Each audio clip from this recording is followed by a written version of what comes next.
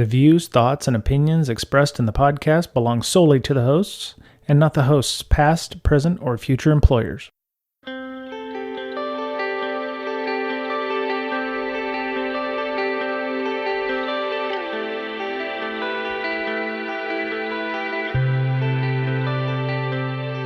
Hello, everybody. Thank you again for joining us for part 2 with Jasmine Jackson on Bringing Down Security this week.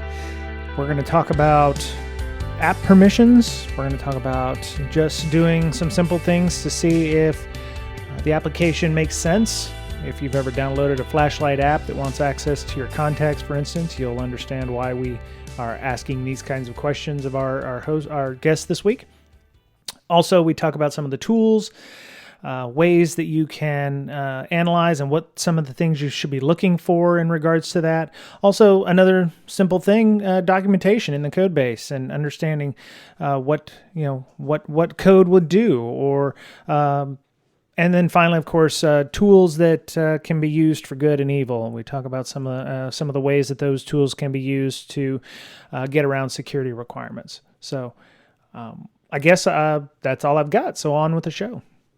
I know that having rooted my own phone, I know that there are apps out there that allow you to say, per app, per permission, and in Android, the later versions of Android, I think I have whatever Android, quiche or whatever the hell they're calling it now, Android quiche or whatever the hell. It has the ability to, turn those off individually. Yes. It takes a lot to secure that. And a lot of people who just grab apps don't really care what the permissions are. But, I mean, you have, and I'm sorry for cutting you off, you have a lot of people who just get apps and they just automatically say yes without looking at the permissions. It's like, I'm looking at the weather. Why do you need like my banking information? My camera. Like, why do you, and it's just like, people need to pay more attention. But again, it's just kind of like, oh yeah, this is like because before it's like with mobile devices, cell phones, it was like you can talk, then they added texting, they added games, Snake, who remembers Snake? And, I love Snake. Yep. And it was like, it was very, it was like a regular phone. I mean, you just made calls and texts. But now these phones are so advanced, you can do video from your phone and it's crisp. And, you have these apps and you can do all the things. And it's like people still have the mindset of mobile devices as if this is like the late 90s, early 2000s. And it's like, no, that is not the case anymore. Like, you need to secure your mobile device. Well, the only way I can secure my mobile device is by giving it to my 15-year-old who can bypass all my security controls anyway. But Ms. Berlin, you had a question? Are there any apps or anything? So like I for my iPhone, I have one called iVerify, I think. iVerify, which like basically is just a security checkup to make sure like if you have any passwords saved or what you're set to, or like all this other stuff. And it also checks like your apps and also does a whole bunch of other stuff. And I just didn't know if I'm assuming there's stuff out there like for Android, but I'm also assuming that there's a lot of it. And maybe not super great. Like maybe it's a fake antivirus type thing. Yeah, what I noticed is a lot of antivirus software is starting to venture into the mobile space, which is good. So if you have a particular antivirus like Norton or Avast or what have you, I'm noticing they have a product for mobile security, right? And it's like, at the very least, I would say have that. At least you have some visibility to see, okay, what is going on with my device? Okay, this application is running in the background and it's scraping all of my information. Why? Like, okay, uninstall this app, right? But it's just like a lot of times people, the standard user, they just want to use it. They're not thinking of the repercussions until it happens to them. Even, reading, articles online or on the news, it's just like, oh, okay, well, that hasn't happened to me, so I'm safe. And it's like, yeah, no one's really safe, So, I want to go back a little bit because you'd mentioned that you've analyzed some apps that had hard coded credentials in them. Where after you've used the app and you said the first thing you do is you load it up and you run it and everything. If you know that it's a hostile app, how does that change your workflow? And what are some of the places in the app that you actually will find those hard-coded credentials? Is there any specific fields or are there any specific areas that somebody could look at? I'm not trying to give you any competition or anything, but if you're looking at bug bounties, what does that look like for a hard-coded credential? Yeah, actually, a lot of times it's in the code. So Android is written in Java. So a lot of times you will see like actual like if password equals blah, and it's just like I know this isn't a pass. I was like, I know this isn't a password. Like devs don't do stuff like that. Devs don't do stuff like that. Don't do that.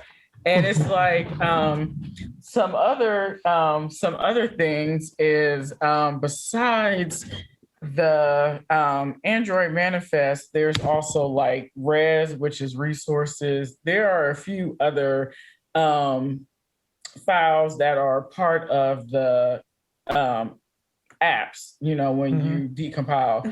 And it's like I can't think of the name now, but it's one where it's where it kind of describes all of the characteristics of the app. And even in that file, it's like debug equals true, right? Debug, and it's like, don't have debug on in production data. Like production apps, whether it's web or mobile, smart devices or whatever, do not have debug equals true. Okay, make sure you turn that off before you push to production. So I'm ignorant. I don't know what that means, having debug equals true running. So in programming, when you are developing, sometimes programmers will have like additional checks. So let's just say I'm developing a functionality and I want to make sure that it works. Well, I might add code that says activate this functionality when debug equals true, right? Okay. So it's really a sanity check when you're in implementation, when you're in the implementation stage to make sure everything works. And security practices, you can do that in the implementation stage, but before you move to QA or test, you need to turn that off. But what you find a lot of times is, they leave it in. So it's like if I have an app or like a mobile device or or a web application and I see debug equals true, it's information leakage or information disclosure because it can leak, information I shouldn't see, right? Something else to look at in Android devices, and again, this will be in the code, logging, right? You don't want to log like PII, personal identifiable information. I kind of had a brain fart there because I was like PII. Yeah, so you don't want to do things like that, like credit cards, social security numbers, bank IDs. You will be really surprised, again, because a lot of times these companies do not think their apps will be reverse engineered. So it's like, put it in here. No one is really going to reverse engineer this. And then you look and it's like, wow, like you really spent no time on security. It was just like, just push it. Right. So again, these are things that, you need to be cognizant of. Also, another tool, Android Debug Bridge, and that's where you can connect your computer to the device or the emulator, right? And so again, the Android operating system is built upon Linux. So it has a lot of the Linux functionality. So you can use like ifconfig to get like your IP address, and then you could connect, and then they can talk to each other. And then you can like install, like you can have the app on your computer and then install it on the device, or you can push things on the device or pull things from the device, like pull it from the device to your computer and analyze it that way. That's a really good tool for Android. So Like if you actually had a device, you would need like a USB cord to connect to like your computer and the actual device, and then you could do it that way. That's something that's really, really good to use. Also, I would say I'm of the firm belief, I've been doing application security for a little over 10 years now. And, you have the tools, the SaaS tools, the DaaS tools, and you have the same thing for Android, right? You have the scanners. One in particular, MOBSF, is open source on GitHub. I have that in my virtual machine as well. And, it does like static analysis, dynamic analysis, and all of these things. But what I tell people is like, when you're starting out, you need to understand the fundamentals without the scanners. And what I mean by that is, you need to put fingers to keyboard, bang your head to figure out how things work. Because if you use the scanners and it's like, okay, if I take the scanners away, what are you going to do? Right. So, So I when I worked at Leviathan, we did some mobile testing with some testers. And we talked about this a little bit before the show, but there are different kinds of apps for Android and for iOS in this case. Some of them are full-fledged, fully blown app, and it's completely independent from the web application, has its own APIs, has its own functionality, has its own network calls or URLs that it reaches out to, all the way down to one that just is a fleshed out web browser with a fancy CSS to be mobile friendly. Do you find that do you have any specific trends that you're seeing there where they're starting to move towards the more simpler type of thing where everybody uses the same APIs from the web and the mobile to simplify development? Or are you seeing more fully featured, fully fleshed out applications? Or is it just a modicum of both? I would say more so even when I was at the investment, the company that I worked at, straight out of grad school, they had, for their application, they had their mobile app, their mobile code was completely different from their web app code, right? And then they noticed to keep up and to maintain it was too much. So then they started consolidating to what you said of having like one API, but then doing fancy dancy stuff to make it look like, it was actually a mobile device. So for a lot of companies, for some companies, I would say they're using that approach of like, instead of having a mobile and a web, they consolidate and, do the, fancy cascading style sheets or CSS to make it look like a mobile app. Because you got to think, it's like if you have two separate code bases, and let's just say I have a developer, who was there from the inception and now they don't work there anymore. And, there might be functionality that you don't understand. It works. It's almost like magic. It's like, yeah, we know it works, but we don't know how, right? Because it's like the person or the people who are here are no longer here. And of course, in development, anyone would tell you, documentation, that's funny. No one documents. Right. It's like you only document when you first create and you hand it to production support or whoever's going to maintain the app, when it eventually blows up. Otherwise, you don't have documentation. So it's like, so to mitigate against that, if you have everything in one code base, and then it's kind of like, okay, when things blow up, it's like, okay, it's here, as opposed to, well, is this mobile or is this web? It's mobile. Okay. No one understands the code base. Here we go. Right. Right. And it takes us, 20 hours to find something that is a 3 to 5 minute fix. So, yeah. Yep. That makes sense. Just thinking in terms of trends, if you're seeing more of the simpler, all the APIs that are on the web page or on the mobile app, are you actually seeing where we may not need to have mobile testing being done in the future? Or will there still be mobile testing? It's just for, the specific things on the handset itself. I would would say we would still need mobile testing even for the handset, for the handset that we have, because it's like, even though companies are moving to more streamline, there are some companies where that just doesn't work, right? And you have to separate the two. So it's like you will still always need mobile security. And then it's just like, again, just the threat vectors are totally different on a mobile device as opposed to a web application. In mobile device, you have network, you can sniff the traffic, the web app, SQL injection, cross-site scripting, all of those things. And then you actually have the physical device itself, like looking at the database where things are stored, SMS phishing, MMS phishing, text and multimedia phishing. There's so many things that you can do on the actual device itself.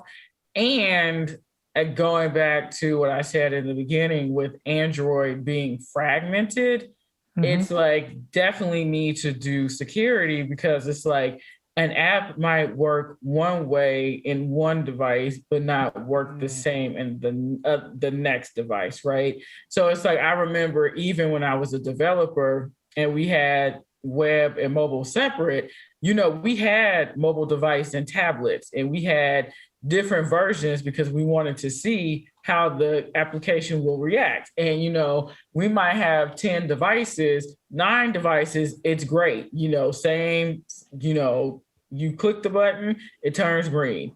The last device, you click the button, it turns purple. And it's like, why is it turning purple? Like, what's going on?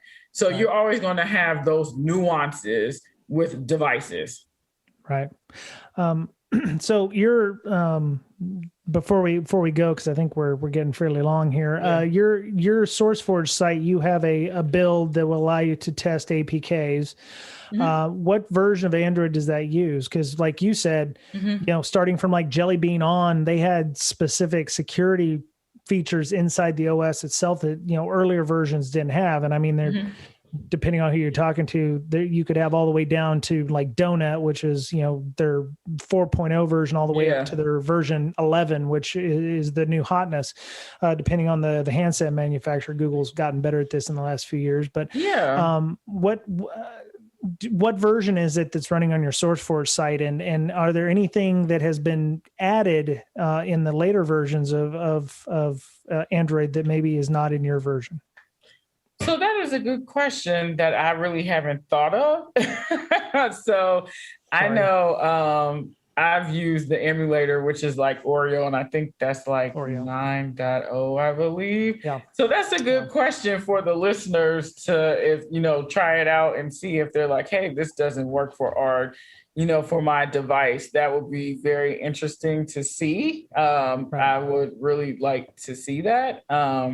So yeah, I really don't have an answer for you for that question. Well, yeah, I'm sorry about that. I know that developers tried to develop for the largest amount. So there must be code in there that says if you're running Oreo or Quiche or whatever the hell R is going to be, that,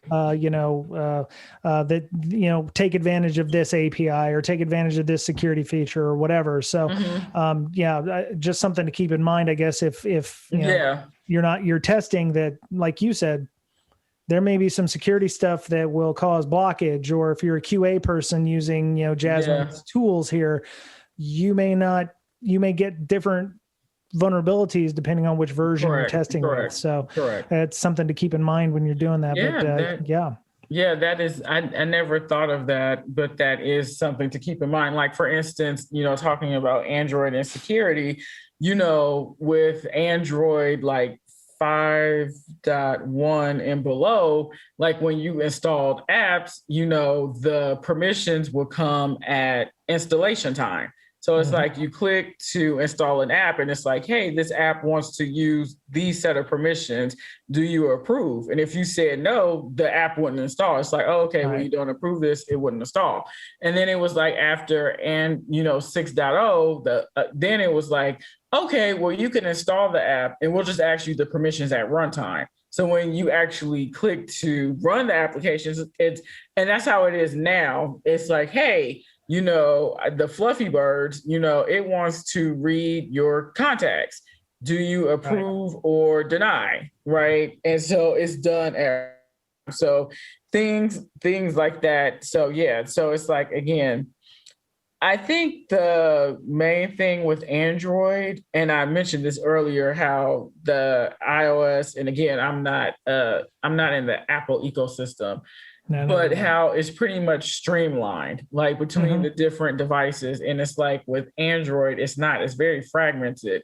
And then it's like almost what you mentioned with, you try to develop for the highest, the largest, subset.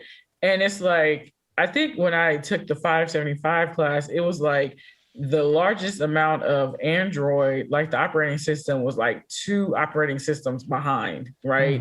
And it was like what they found with Android is, well, first, I don't believe you have to do, there's not automatic. I think they have it now, automatic updates. But before they didn't have that. So it's like you can have a phone with the original version of Android, and you didn't have to, and you could just keep that operating system. Like it didn't force you to update, as opposed to with iOS, it's like, no, we force you, we push, and you have to do it. I think Android has been good now with doing that. But even with that, I want to talk about quickly, even in like February of this year, in the latest security bulletin, there were 40 vulnerabilities found in the Android operating system. And, 16 of those were high severity privilege escalations. And, one of them was like privilege escalation and the actual Android runtime.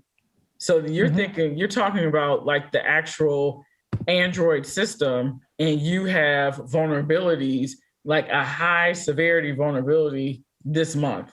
Like this report came out at the beginning of this month. So it's like, people think like, oh, okay, we have, security is being added, which is good. But again, these apps are still still insecure. And it's like, all a hacker needs is just one entry point, right? And, and they can get in, and that's all they need. And they have all the time in the world, right? And it's, at home running scripts, doing this, doing that, automated. And it's just like, all they need is just one entry in to wreak damage and wreak havoc onto your system. So it's like a lot of developers really need to think about that. And people, just general users as well of these mobile devices. It's like 2-factor authentication should definitely be on. Like even with your anything that you use, you should have 2-factor authentication. But it's like, it's, surprising how people are just like, oh, I'll just use a username and password. It's like, yeah, that's not secure. And it's just like, I could break that. And it's like, if your password is password 123, I can get that in like less than 5 minutes.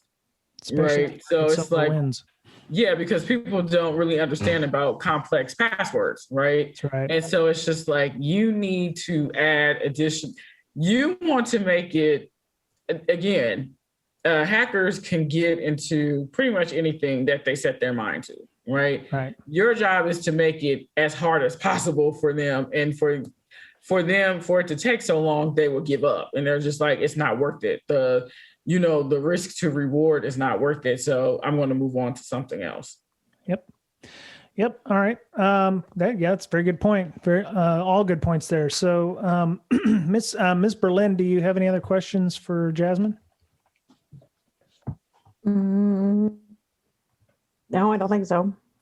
Okay. Mr. Betcher, how about you? Yeah. Okay, let's say someone downloads a malicious app. That app's not containerized. Let's say I don't give it any permissions. Can it still see other apps? What's going on?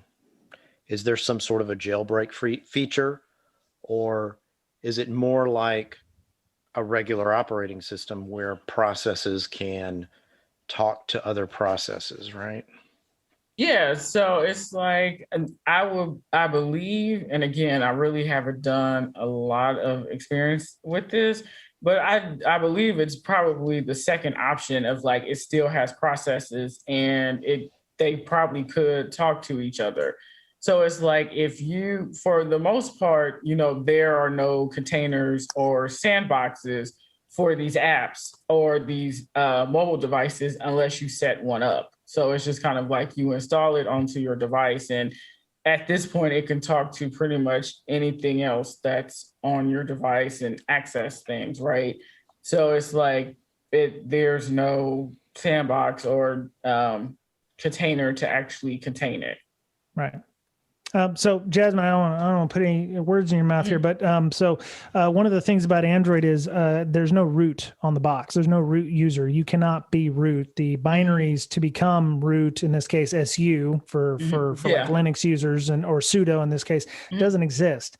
So when you start up, I'm not sure about the startup process for Android, but I would imagine it's you do root and everything, and then as you log in as your user or as it automatically starts up, it drops you to your user account. Standard. There's no local admin, right? Yeah. There's a standard user. Yeah, standard. One of the reasons it's so much fun to root or device or unlock the bootloader is that you can do things like install apps that will allow you to extend the functionality, change the kernel levels, the power being used in it, modify the kernel so that you can run at low power and extend your battery life. I love doing that. ADB is something I lived with for several years. Yeah, I was just about to mention that because in ADB, the Android debug bridge, you can actually run as root. Like you can change it to say ADB root and then it starts at root. And then you can say ADB shell and it puts you into the shell of your device. And then like what you mentioned earlier, it's SU or switch user. And Linux, if you just say SU enter, that's a privilege escalation where you go from a standard user to root, right? Yep. So that's a handy dandy way to do that. And you can do that in ADB, and then that's when you can like root things and do all the things that you mentioned. Yep. Yeah, and there are packages that you actually had to sideload using ADB to become root or to add your own sudo environment or sudo environment. I think the newer, I think my Pixel actually has wireless ADB. So if I'm on the same network as my computer, I can actually do ADB wireless. I don't need a cable. Yeah, let me double check that. Where is that at? I saw that. I think you have to be a developer to do that. A developer mode, but on the Pixel, you're always a developer. So yeah, because I was going to say, because I know with older Android devices, it's like, yeah, you have to be a developer mode, and you go to like wireless some debugging. Wow. And then you can activate that. Yeah, it's like you go to like a button and then you press it like 7 times and it's like, congratulations, you're developer mode. It's like, are you kidding me? Like 7, like, why did you pick 7? It was just arbitrary. It's like, okay. But wow, I didn't know that there was wireless mode. Yeah. I hadn't played with that because, I stopped trying to root my devices, as I said earlier, because it's a pain in the ass to start doing that now. There's apps out there. Safety Net is one of the newer things that's come out with later Android versions that will, one of the reasons I had to stop rooting my device was Pokemon Go uses Safety Net. At least that's what my daughter told me. I don't play Pokemon, but you had to put in other workarounds like Magisk to be able to make it believe that it's like a cloaked root, if you will. So instead of, because the easiest way it does it is it looks for the SU binary, and if it does, it's like, oh, you've been rooted, and we're not going to run shit for you, and that includes things like banking apps and Pokemon and other important apps that you may want to run. But you could actually bypass that. And I actually do that in my first YouTube video that I did is with Frida, the dynamic analysis tool. And it's just like, I show an example of that because the app that I have, Uncrackable Level 1, is like you start the app and it's like, oh, you're rooted. Like you can't, that's it. Like you can't get into the application. Right. And as you reverse engineer the app and you look at the functionality, it looks for SU, it looks for the, environment path to see, okay, are you like accessing like privilege files and whatever. And it's like, but you can actually bypass that with Frida, with dynamic analysis tool. So it's, again, it's like, and with Frida, it's you can program, it's application that has like a server portion to it, and then you write like little scripts, and the scripts can be in JavaScript and Python. Like you can pick which language, but it's just like you can actually overload or change the implementation of a method to say, okay, like for instance, if I'm running Sue, then return true that yes, you are rooted. Well, in Frida, I can change, create a script, and it's like, hey, I want to implement this method, and instead of saying true, I want it to be false, right? To bypass. So yeah, so even with that, you can still bypass those checks with like additional tools. Frida is very, very powerful. I tell people that, because you can change it on the fly. Like you can have the application running, do a script, execute Frida, and then it'll bypass. So yeah.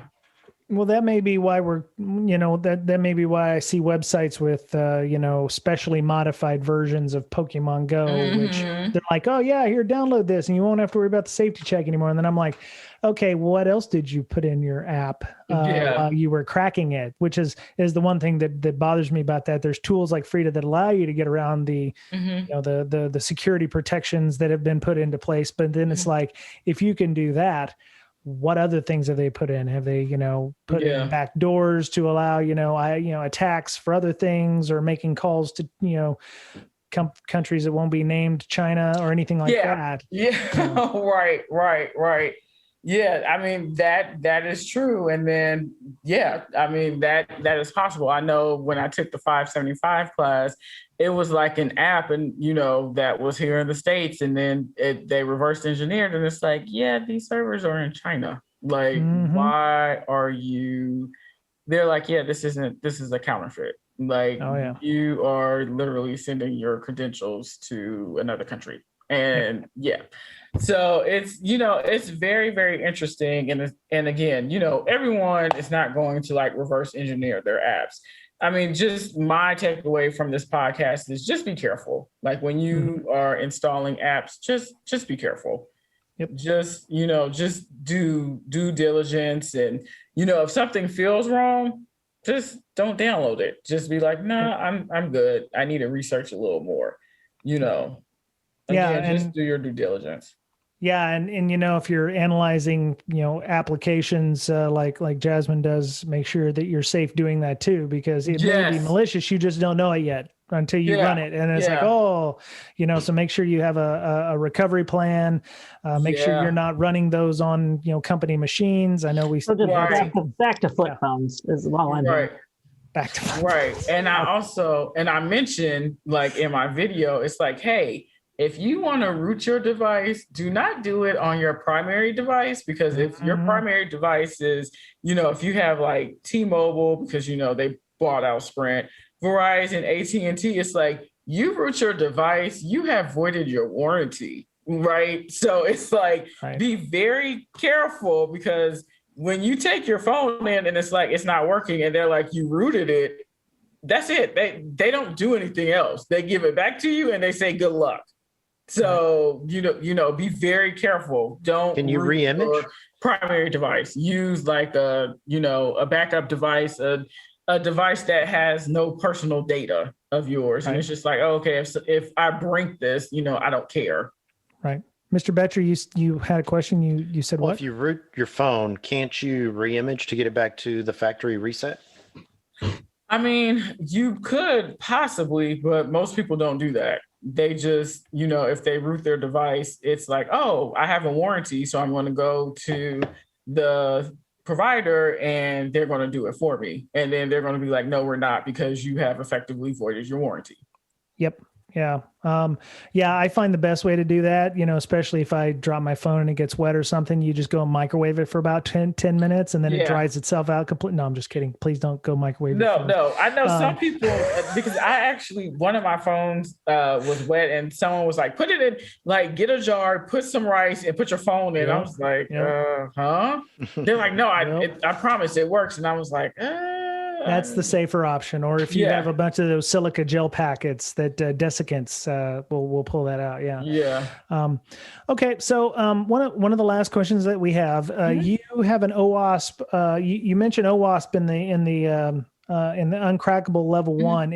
Are there spoiler alerts in that? If somebody's doing Uncrackable level 1, do they want to watch that video before they do it, or are there definitely spoilers in that? And as far as if you go to the OWASP MSTG Mobile Security Testing Guide, GitHub, if you click the Uncrackable, like the Crack Me links, which it holds the Uncrackable levels, there are write-ups. So, and again, so again, if you are stuck, write-ups are a good thing, right? You can kind of look and see, how someone approached a problem and you're like, hey, okay, I never thought of that. But it's like my video is like an hour long and I go into like painstaking detail, like explaining every little thing. So awesome. When I teach a course, it's like, even if you don't have a lot of knowledge in the subject, you should be able to follow from A to Z. And you at the end, you might be like, hey, I didn't understand everything, but I could follow along, right? So because I also have a blog, the Fluffy 007, and what I found was when I was getting into security, like some of the blogs I was looking at, it had like assumptions of like, you had to be this, super elite hacker. And it was just like, for a lot of people, it would turn them off. So it's just like, I do my write-ups and videos for like the absolute beginner. So that sounds great. Okay. We have a link to that in our show notes. I also just added the OWASP MSTG manual there in the show notes. There's a ton of links. I mean, pretty much anything we've talked about tonight, ADB, including a blog post from you from Bug Crowd, the Diary of an Inexperienced Bug Hunter, Android hacking. I added that as well. Okay. And Jasmine has been kind enough to add a ton of other links to introduction to things like Java. Adding, you've added the Crack Me already. Okay, I called it something else, so I will remove that. So she added the MSTG bit. But yeah, there's a ton of great information and resources in the show notes. If you're looking to that, you can go to breakingsecurity.com to get those. So, all right. Well, Jasmine, I think I've overstayed our welcome in your lovely abode here, and I think we probably should be done. Miss Berlin, Mr. Betcher, any other questions before we wrap up? No, I'm all good. Thank you. Excellent. All right, Jasmine, you said you give this Android mobile training on an ad hoc basis. Are you planning on giving it anywhere at any conferences soon? Any B-sides? Have you reached out to a B-sides or anything to give this? I haven't. I might, but I haven't. Not as of yet. Okay. I know there's pretty much a B-sides going on every week, every weekend. So there's no shortage of people who'd be willing to want to come to your trainings. So yes. Definitely. If you want to do that, let us know. I can definitely put you in contact with some organizers. I think B-sides Huntsville did some workshops as well. But yeah, I definitely would love to see this at a conference. I'd love to take it myself. Okay. So cool. How would people get a hold of you if they were a B-sides coordinator or organizer and said, hey, we want to have you, we heard you on the show? Yes. So I have a Twitter and Instagram, the Fluffy 007. So THEFLUFFY 007. Okay. Twitter, Instagram, and then my blog is the Fluffy 007. So everything is the Fluffy 007. That makes it so much easier, Yes. It's all and the same. YouTube as well. The YouTube. It's like, again, I don't want to confuse people. So everything is the same. Yep. Very cool. Okay. Awesome. That's awesome. And all of those links are in the show notes, including Twitter handle as well. So, Ms. Berlin, So here's the deal. I know you're doing your IR tabletop stuff, and I need 4 SANS CPE credits from an upcoming conference. I know that you're going to be giving that workshop somewhere. Where are you going to be giving that, and where can I sign up for it? So we are on Wild West Hacking Fest website. Okay. We're doing that in April. Okay. Are there slots still available, or can you do me a heavy? Because I need 4. As far as I know, okay. there are free ones still. Okay. Well, I won't take a free one because, you know, I'm No, not cheap ass like that. I'll pay for it. No, I could probably get you a deal. No, I don't need a deal. I make money. Okay. I will pay for it, and I don't want to take anything out of y'all's mouths. So, but yeah, we're doing it through there, and hopefully soon we'll hear back we're doing it privately for companies now as well. For a fancy minimum amount of people. Okay. Right, because we don't want to like only give it to 2 people. Okay. So yeah, they're for sure, and then you know, when we have our InfoSec camp out, yep, we want to do it there. And they Wild West Hacking Fest definitely wants to have their in-person thing in June, so we're going to give something there as well. Ooh, wow. Is that Wild West Hacking Fest in San Diego or in Deadwood? Reno. Reno. Okay. Yeah. I'm not judging. I'm judging, actually. I'm judging in my head. But I mean, Michael's moving to Yuma, so I mean, it's close enough. Wow. Good God. How about desolation there? Anyway. Yeah. All right. Okay. So long story short, if anybody wanted to get in contact with you about signing up for these, or, hey, you know, we have a company of 85 people who want to do your training and we think it's great, how would they get a hold of you? They can contact us directly, either me or Jeremy on Twitter. I'm at InfoSister. He's Cyborg00101. Or, you know, the other place that we just sent a quote to did it through Wild West Hacking Fest, because they're helping support us through that kind of stuff, like all the background things. So yeah, all of those things. Right on. Okay. And you're also doing Hackers Mental Health. So it's at Hackers Health. Yep. You're doing some stuff there still.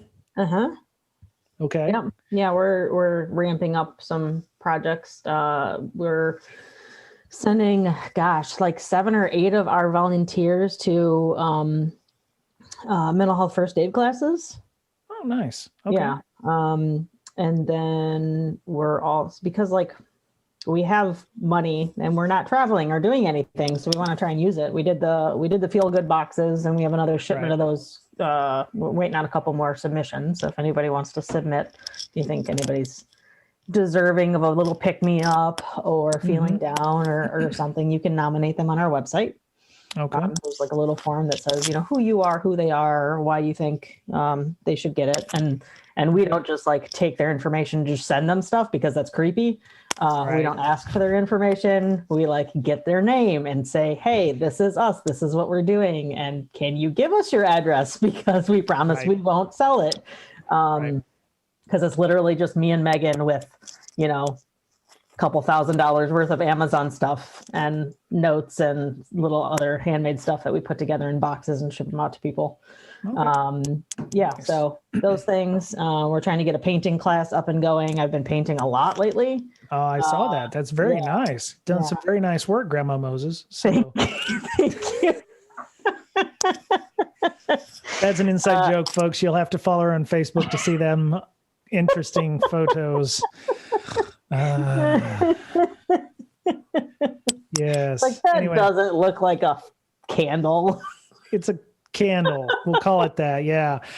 So how would people, if people wanted to nominate somebody for a mental health, care package or something, what's the website for that? It is mentalhealthhackers.org. Okay. Sounds good. Yep. And of course they can find you on Twitter at InfoSister, INFOSYSTIR. Yep. Okay. Mr. Betcher, how about you? What's going on with LogMD? Not much. We got a trademark, so that was the big thing recently. Wow. Fancy. Yeah.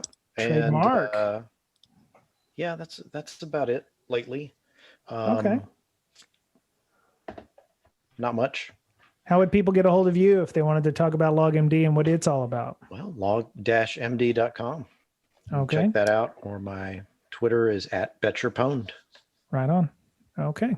That's BOETTCHERPWNED. So, You got it. all right, cool. All right. So I'm almost done here. We have a TPub store. We have shirts, masks. I've been sending out masks and stickers and t-shirts to people. I've reached out to, I've kind of done my own care packages out of my own pocket.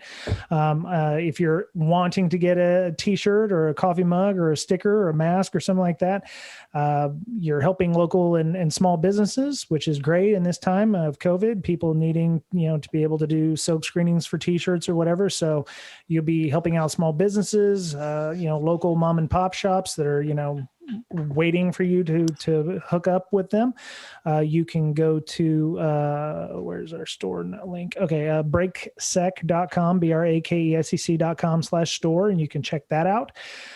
We also get a small kickback on the show for that if you are interested. Speaking of which, thank you to all of our Patreon supporters. They help us out with just the time and effort by giving us a few bucks here and there to pay for time and effort building community, editing podcast,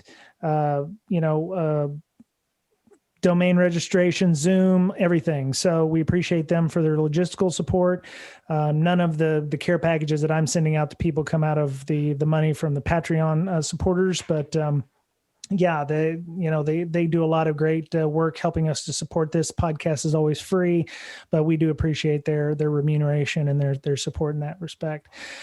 Let me see. We're on every major platform I think you can find: Amazon Music, Spotify, Pandora. The link's in the show notes if you're looking and you're like, oh, I didn't know we were on Spotify. Yeah, we're on Spotify, Amazon Music, Pandora, YouTube channels available, iTunes, Google Play, iHeartRadio, SoundCloud. I actually have more people hitting me up on SoundCloud than I do anywhere else, ironically. Really? Yeah, I know, it's weird. Please feel free to leave feedback on any and all of those platforms. It helps us, get more notice. And Jasmine would love to have some feedback about her episode on Pandora, iTunes, or Spotify, or whatever. So, or Google Play. So, definitely feel free to leave it.